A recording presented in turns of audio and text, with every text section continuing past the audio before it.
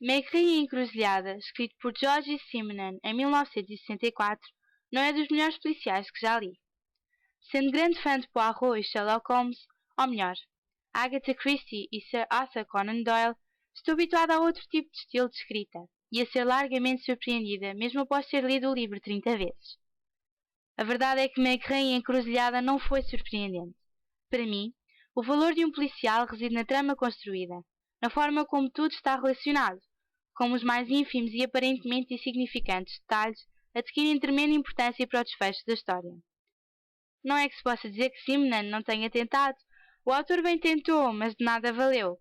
O resultado foram 177 páginas de relações demasiado rebuscadas e uma história com a profundidade de um calhau. Deve estar a perguntar-se por que não optei por um livro de Poirot ou Sherlock Holmes e me dispus a fazer esta recensão crítica sobre este. A verdade é que já os li a todos muitas vezes, e não é que os saiba de cor, mas decidi inovar e apostar num outro livro para mim desconhecido, e é aqui que entra o meu professor de português que me o emprestou. Mas prosseguindo com a minha reflexão, Maigret, o comissário da Polícia Judiciária Francesa, é um homem cuja mente é mais brilhante do que a de todos os outros agentes da brigada, e que, surpreendentemente e provavelmente para fugir ao clichê, fuma cachimbo. É enviado para a Encruzilhada das Três Viúvas, nos arredores de Paris, um lugar fortemente marcado por uma antiga lenda sobre a casa onde Carl e Else Anderson viviam. Foi na garagem desta moradia que apareceu misteriosamente o cadáver de um joalheiro de Antuérpia. Else, a femme fatale. Dinamarquesa, esta jovem senhora seduz Maigret, tentando distraí-lo do importante. Apesar de parecer de alta sociedade, Maigret cedo descobre que Else não passa de uma prostituta, com excelentes dotes para a manipulação. Mais uma daquelas personagens que nos livros são sempre capazes de ocultar habilmente todo o seu passado e fugir com um homem da nobreza. Pergunto-me se ela existirá na realidade. Será alguém capaz de tal proeza, esconder um passado inteiro de criminalidade e colocar uma máscara de rímel e batom rouge e um pouco de pó de arroz?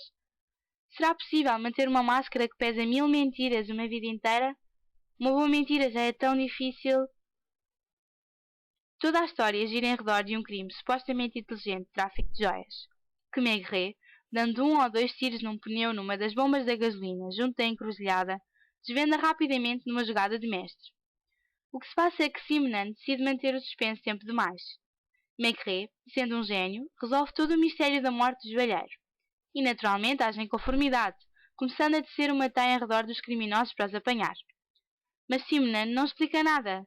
Às tantas, o comissário da PJ francesa começa a agir incompreensivelmente, tal qual um louco, deixando o leitor para além de perdido.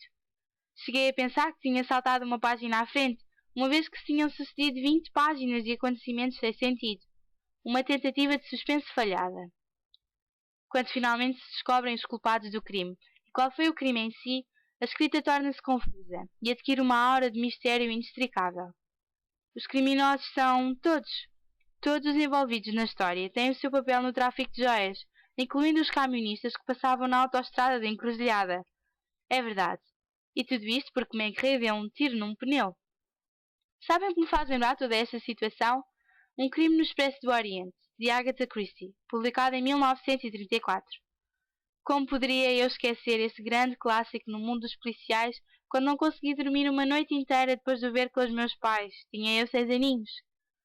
A vítima é apunhalada 12 vezes e quem são os assassinos? Todos os envolvidos de alguma forma no crime, excetuando Poirot. Um excelente livro, sem dúvida, cujo fim ninguém esperava. Um outro pormenor que me faz recordar um clássico, Sherlock Holmes, tem que ver com um dos artifícios manhosos que os criminosos utilizam para tentar enganar Maigret, que não se deixa ludibriar, claro. Monsieur Michonnet, agente de seguros e com um bigode em tudo igual ao de Poirot, constrói uma silhueta sua que coloca em contraluz à janela, aproveitando para sair de casa e tentar assassinar Else, como se não tivesse saído da sua sala de estar. Algumas décadas antes, já Sherlock Holmes utilizara a famosa artimanha para eludir Professor Moriarty, o seu arqui-inimigo. O que se há de dizer?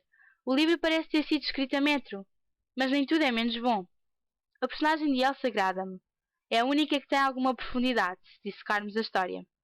Faz um excelente papel de má da fita. Além disso, eu procuro fugir à minha realidade ao ler um livro.